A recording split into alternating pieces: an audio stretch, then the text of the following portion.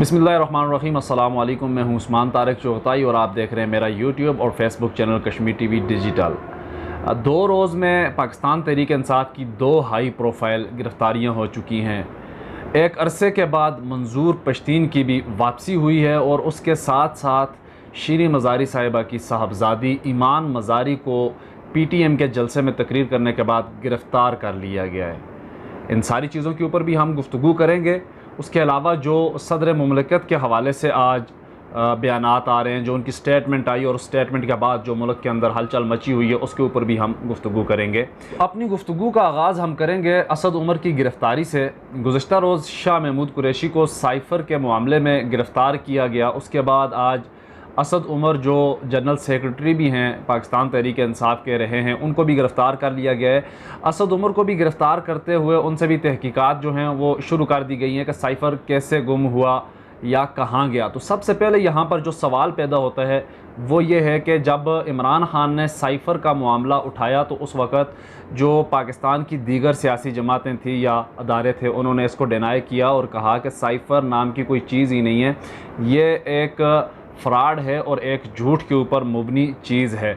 तो आज जब पाकिस्तान के अंदर जो निगरान हुकूमत आई है, इमरान खान की हुकूमत ख़त्म हुई, उसके बाद PDM की हुकूमत रही और आज निगरान हुकूमत आते ही साइफ़र के मामले में जो पाकिस्तान तहरीक इंसाफ के रहनुमा हैं उनको गिरफ़्तार किया जा रहा है। कल शाह महमूद कुरैशी को गिरफ़्तार किया गया, आज असद उमर को गिरफ़्तार किया गया।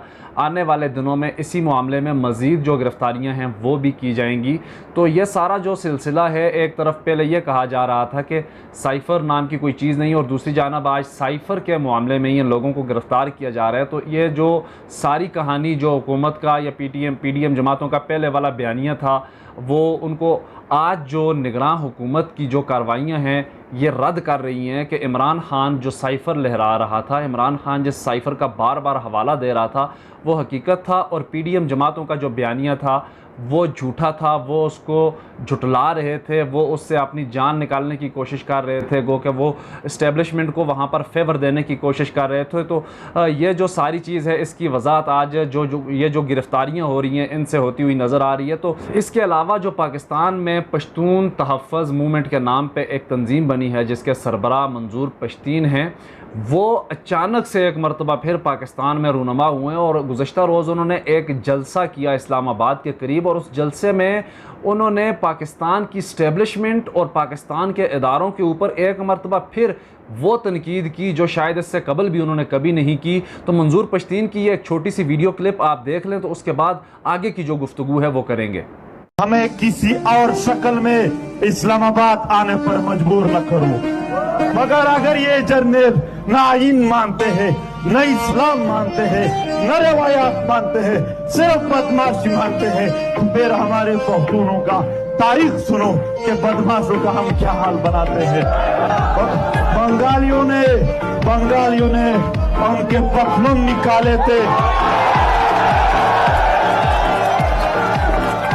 अगर पख्तून और बलोच उनके चमड़े निकालेंगे। अगर मंजूर पश्तीन ने अपनी इस तकरीर में इस्टेब्लिशमेंट को उस अंदाज से क्रिटिसाइज़ किया जिस अंदाज से इससे कबल उन्होंने कभी क्रिटिसाइज़ नहीं किया, और जो अल्फाज उन्होंने इस्तेमाल किए शायद इससे कबल किसी भी जमात ने इस अंदाज से अल्फाज का इस्तेमाल किया होगा। तो मंजूर पश्तीन के ऐसी ही जलसे में जो ईमान मज़ारी है उसने भी एक तकरीर की और उन्होंने इस्टेब्लिशमेंट के ख़िलाफ़ नारे लगाए, उन्होंने ये जो दहशत गर्दी है इसके पीछे वर्दी है कि नारे लगाए। तो उस बिना पे ईमान मज़ारी को गिरफ़्तार कर लिया गया और ईमान मज़ारी को आज जब अदालत में पेश किया गया तो वहाँ पर भी यही नारे लगे जो गुज़िश्ता रोज़ ईमान मज़ारी ने उस जलसे में लगाए थे।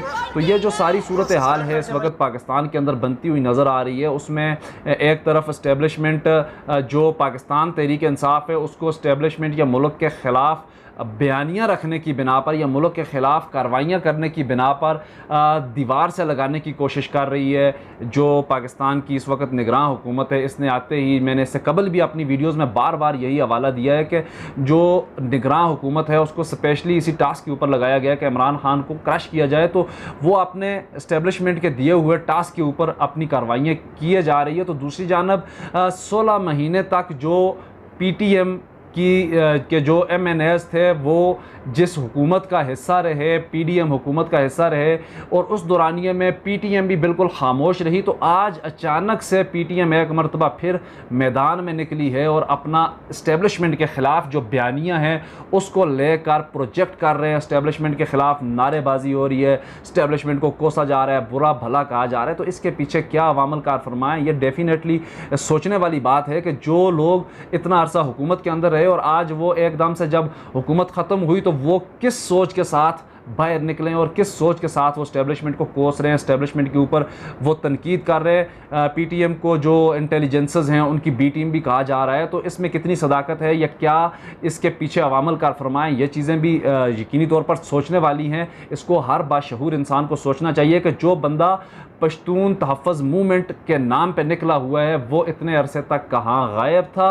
मुल्क के अंदर जब हालात इतने बुरे हो चुके थे, पश्तूनों के ऊपर मज़ालम भी हो रहे थे, सारा सिलसिला एज़ इट इज़ चल रहा था, तो उस इंसान को आज अचानक से एक मरतबा फिर बाहर निकलने की ज़रूरत क्यों पड़ी। तो ये जो पश्तून तहफ़्फ़ुज़ मूवमेंट है इसकी बुनियाद या इसके जो रहनुमा हैं उनकी जो कारकर्दगी है या उनका जो तरीक़ाकार है उसके ऊपर भी सवालात उठा रहे हैं। तो दूसरा, आज जो सदर मुमलकत पाकिस्तान आरफ अलवी की एक स्टेटमेंट आई है जिसमें उन्होंने ये कहा है कि स्पेशल आर्मी एक्ट के ऊपर उन्होंने दस्तखत नहीं किए।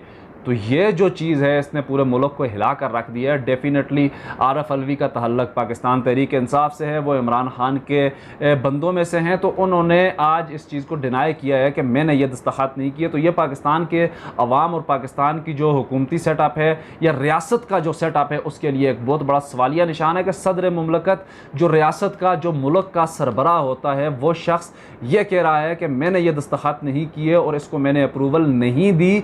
तो किस शख्स ने सदर मुमलकत के दस्तखत किए और सदर मुमलकत के दस्तखतों से ये आर्मी एक्ट जो था इसका इम्प्लीमेंटेशन किया गया।